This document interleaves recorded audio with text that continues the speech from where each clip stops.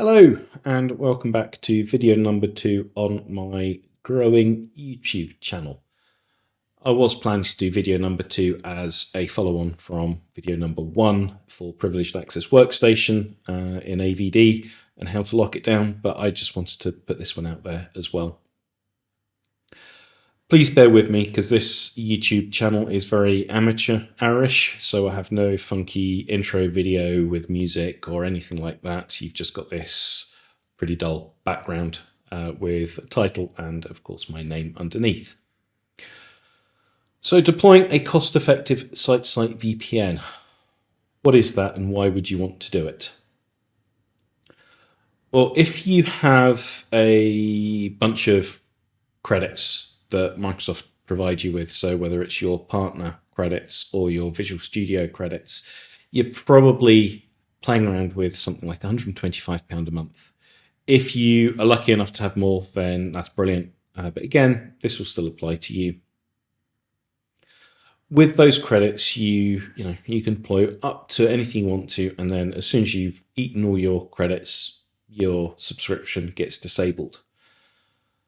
So I was doing this, but what I found was my vNet gateway was constantly eating through my credits. And I did a lot from my on-premises environment, so my lab at home, to Azure. But of course, I wasn't able to achieve much because my credits kept getting used up by my vNet gateway. I then went to a basic SKU, which cost me around about £30 a month. But again, it was still going through my credits and not leaving me with much to play with. So I decided to have a look around to see what else I could do. Now, absolutely, you can spin up a open VPN access server and do things that way and have it working as that. But I wanted to use IPsec. And I came across this product called Strong Swan or Strong's WAN. I'm guessing it's the latter, but somebody please correct me on that. And it came to be quite cheap. So can you use this in a production environment? Absolutely not. If you do, on your head be it. I cannot caveat it enough. This is just purely for demoing, labbing, and playing around with and learning new things. If you want to have a site-to-site VPN in production, please, please, please, please, please use a effective solution. If you have a shoestring budget and you do something like this, then it's at your own risk. So this is effectively a Ubuntu machine that sits in Azure and has Strong's WAN installed on it and a route table, and it does all your routing. And then through some configuration, it connects my UDM Pro that sits behind my internet. And that then takes care of, my UDM takes care of all the on-premises routing. You could, if you don't have a router that supports site-to-site VPN, you could very well deploy a Ubuntu machine on your own side of the VPN, and again, configure the same, but that will then mean you've got to do something about your actual routing and have that as your gateway for specific network ranges. How you do that, I'll let you play around with that and figure that. I mean, one suggestion is look at using static route tables or adding static routes to your Windows devices if you're doing it that way, or do that through your Linux, Macs, or whatever. I still figuring out how to do that on my Mac or a Linux machine. I've played around with it a few times, but that's for another day. So the idea here is this VPN will cost you as little as £3.50 a month. Ideally, you probably want to have it with a VM with about 1 gig of RAM, so you're looking at £7 a month, but I have had it running with a VM running with half a gig of RAM, and it's cost me £3.50 a month. And we like cheap here in Scotland, as many people are described as having short arms and very, very, very deep pockets. Anyway, I'll delay no further. I'll just jump straight in. At the moment, I've got my home set up. I've got a DC on-prem, and I've got a server in the cloud with no public IP address, but you'll see that in the next screen. So here we are in the Azure portal. As you can see, I've got two VMs here that are in my core AK dev services resource group. It's got a standard IP address, no public IP address on this one. This one I do have a public IP address, but that's purely just so I can show you a few things later if needed. Again, 10.0.0.5. The network that I'm using is this one here. So I've got an address space of /23 and two subnets set. So I've got default for all my servers and then a public for anything like my VPN server. Head over to my virtual infrastructure. So this is just on the management server, and then this DC that I'm playing around with. So if I do ping 10.0.0.4, nothing. Ping 10.0.0.4, nothing. So no connectivity whatsoever. Even if I do the device, in fact, I'll show you later rather than doing it now. So what I want to do just now is create a new virtual machine. So let's create a new one, Azure Virtual Machine. And let's put it in a resource group. Let's put it in this one, and let's be really original, VPN 1. And then I don't want to worry about availability. I want a Ubuntu server. I'm going to go for this one, although it's twice the price of this one. It's still not going to eat into your free Azure credits, purely because if you run updates on here, you can hit a few snags. Once you run updates, by all means resize it to this, but I'm just going to go for this one whilst we set up as well, because there may be some extra things needed. I'm going to go for the password just for this demo. Let's call it VPN admin. Give it a strong password. And I'm going to allow port 22 access to it. Disks, I'm not too bothered about. We don't need much in that. Networking is where we want to set it.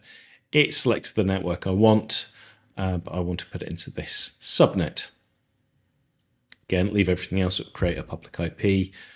Again, port 22. We don't need any other ports enabled. So review and create. That will go away. Let's click create.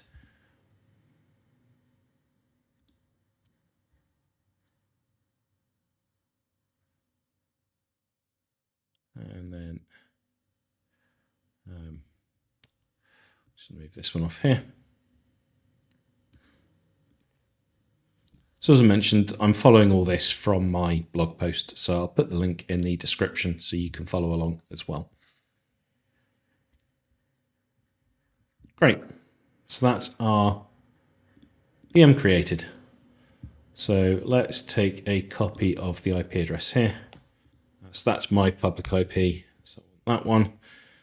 And let's go to terminal and SSH, so VPN admin at IP address. So yes, I want to import that fingerprint.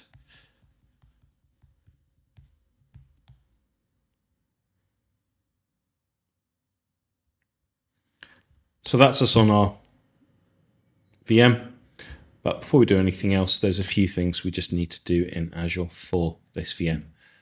So first, we want to create a couple of network security group rules. So first and foremost, let's change this. I don't want it to be any, I want it to just be my IP address. So I hit save. So this will just lock down SSH access to that server. Next, I want to create a new inbound rule. Source is any. Port is 500, and that's on UDP.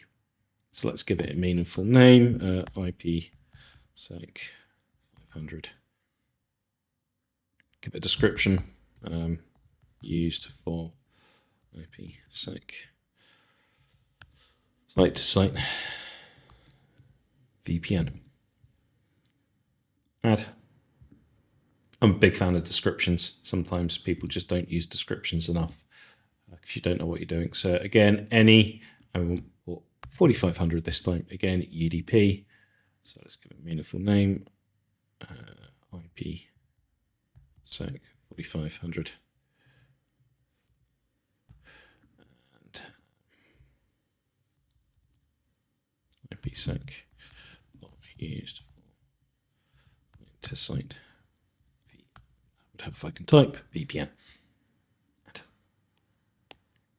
So that's the rules. And then we also need to enable IP forwarding on the NIC. So just like I did just back then, let's go back to network settings, click on the NIC itself and click enable IP forwarding. That's it. So that'll go away and save. Still in here. So let's crack on and install Strong Swan. So sudo apt get install Strong Swan. Yes, to install it.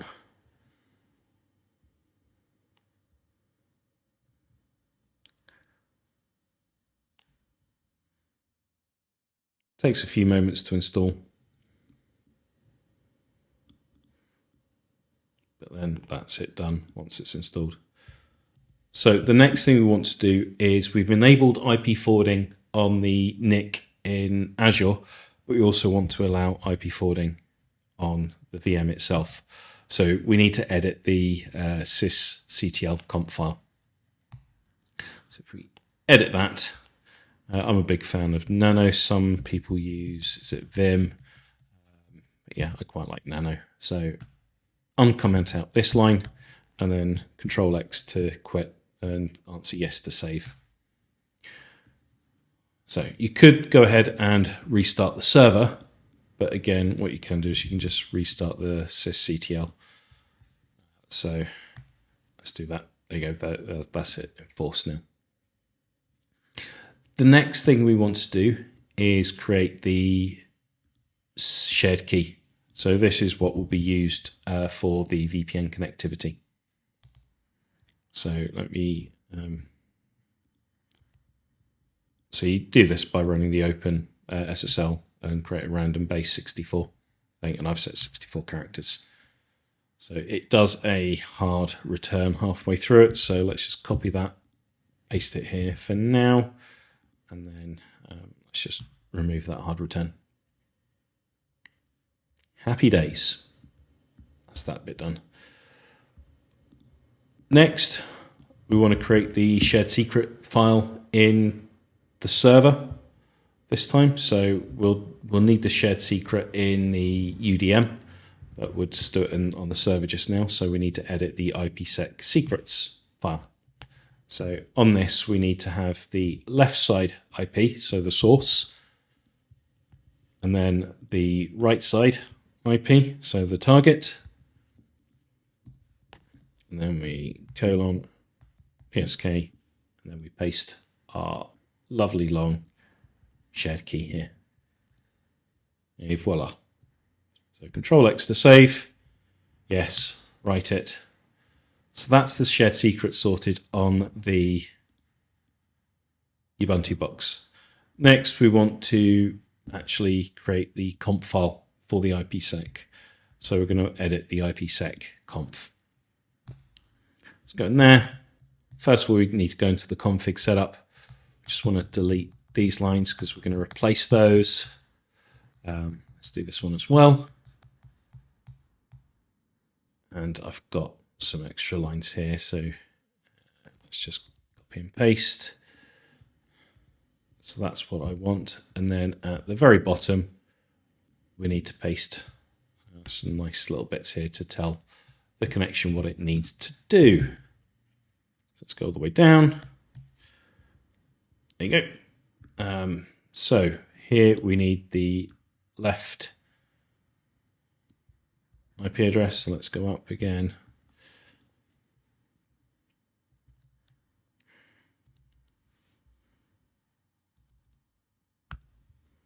So that, and my network is 10.0.0.0/23, and then my right side is my right side IP address.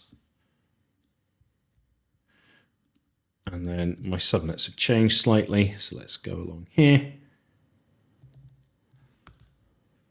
That's 8. That's 22. Control X to quit and save. Yes. So if I do sudo psec status, nothing's up. Do restart.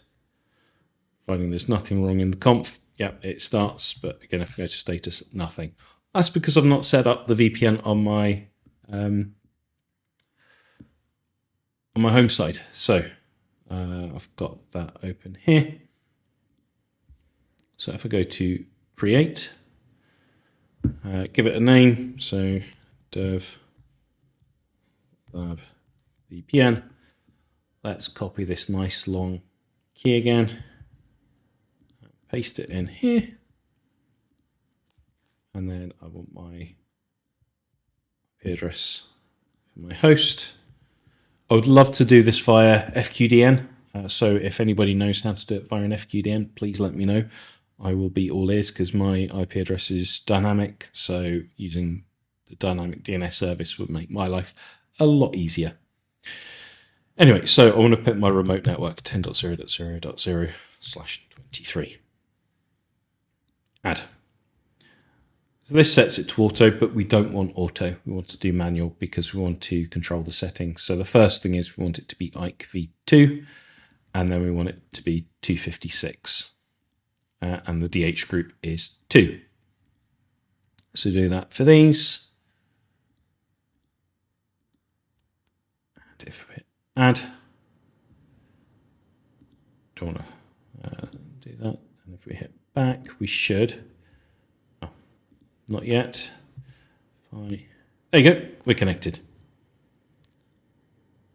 So I should have done this beforehand. So if I do ping 192.168.1.1, there you go. It's replying. I do ping 192.168.8.1. So one of my servers, it's replying. However, if I go onto my server and I do ping, it doesn't reply. If I do ping and the actual address of the gateway, it replies. That's because of the route table. So because there's no routes, Azure doesn't know where it needs to route the traffic as soon as I hit that server. So let's head back over to the Azure portal. Let's go to home. And if you see it here in your Azure services, the recent services, go to route tables. But if not, just do search for route and you got route tables. You want to go ahead and create a new one. So it takes a bit of time to create it. This is why infrastructure as a code I think is much better because it seems to be a lot quicker than doing it through the web portal. I'm starting to learn to like to do it through code, so I will have a go at scripting this and do another video. Let's specify my resource group, specify location, and then give it a name. So dev lab root. So nothing in tags, so let's just do review and create. And create.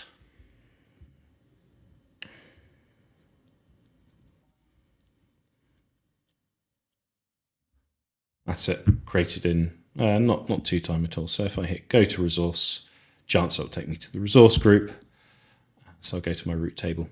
So you need to do two things here. One is create the routes and then you associate it with the subnets. So let's add the routes in first. So I'm only going to do two of my routes just now.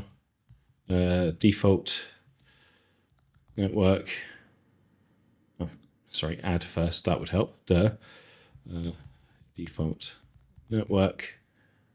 Select destination or its IP addresses. Set your IP address range. Did I put a dot in there? No, I didn't. .168.1.0/24. Next hop.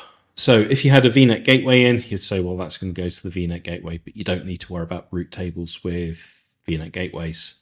We're not doing it to a virtual network. It's not going to the internet. We're going via an appliance. So this strong swan server is just used as an appliance. So select appliance 10.0.1.4 is the IP address. And add that. And then I want to do it to my virtual infrastructure. Again, it's IP addresses, and this is 192.8.8.0/22. Again, a virtual appliance, and the IP address of the Ubuntu box. I know it's 1.4, but again, if you want to find out the IP address, I'll show you in a second. So I now want to associate this with my subnets. So I'll pick up the first one by default. So associate, and then associate with the public. So that's the route table done. I should have shown you this before, so apologies, but again, you just get your IP address of the VPN server here. But typically, I've added it to that subnet of public. It's the first server that's going to public, so the first IP address, which will always be used, is 4 if you're starting from the beginning of that subnet. So now we've got the route table in place. Let's head back over to my virtual infrastructure and let's try pinging. So we already knew it was pinging the gateway, but what we couldn't do, if we look up above, it wouldn't ping my server. So let's try pinging 0.4. Please work. Nope, it's not working, but we're getting a request timed out instead.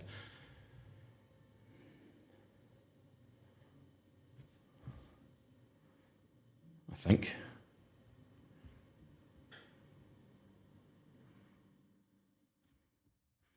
But let me try 5.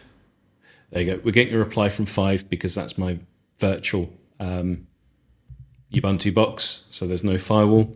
I was thinking the 4 was request timed out because of the firewall on Windows. But now, what I should be able to do is remote desktop to it. So, I forgot what I set as my admin username for that VM. Genius. So let's go back. App 1. Help reset password. There you go. So if I do this, and there you go. I can now RDP onto that machine using a private address. Still got a slight problem because I won't be able to join it to my domain because I've not set DNS up yet. So let's just show you. So if I go to server, work group, change domain, ad.dev. No, not akdev, it's camp.dev. It won't be able to find it because there's no DNS. So let's head back over to Azure.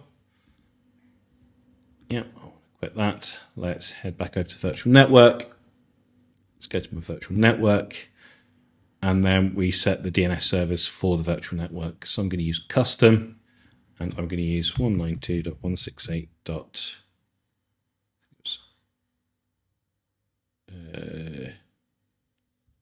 Let's set my IP address for that server.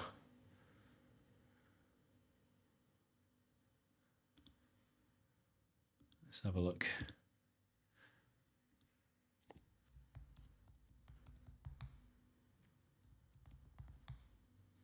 (9.4). It was 9.4, so 9.4. So if I hit save, that'll save that. Whilst that's saving, let me just go ahead and reboot this server.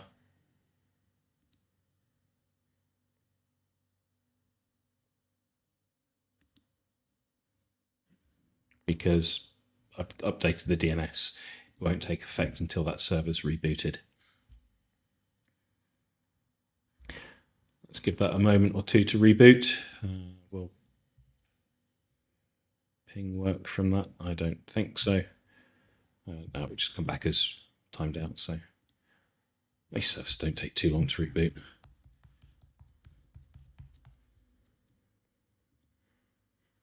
So I should now be able to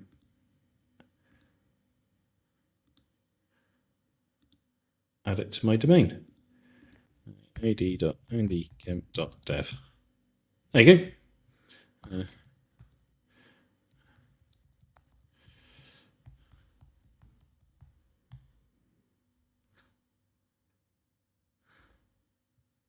Done. Let's just restart. So that is my poor man's site-to-site VPN using Ubuntu and StrongSwan. Again, like I said, once it's configured, you could even go to the extent of, let's go back to my VPN server and let's go to scalability and availability and scale size. Let's go for this one.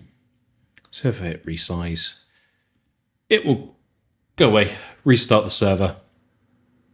Well, you see there it's saying it's now powering off. But if I go to this, .4,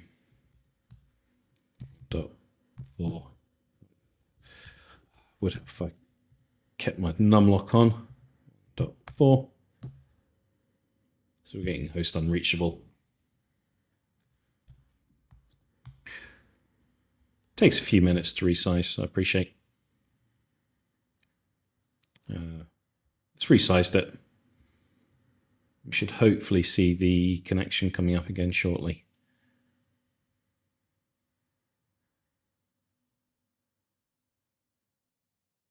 There you go. So that now is only going to cost me £3.31 a month to run this VPN. As I said, I wouldn't use this in production. It's just not worth it. But it's quite fun playing around with this and having it as a suitable alternative for your demoing and labbing. The one thing I've not been able to do with this is obviously I can't use it for always on VPN because I like to use the vNet gateway for point-to-site VPN connectivity as well as site-to-site. But I hope you find that one useful. I kind of was here and there a bit, so apologies. But yeah, please use my blog as well as a go-to if you want screenshots, etc., etc. And that's it for me. Thank you very much. See ya.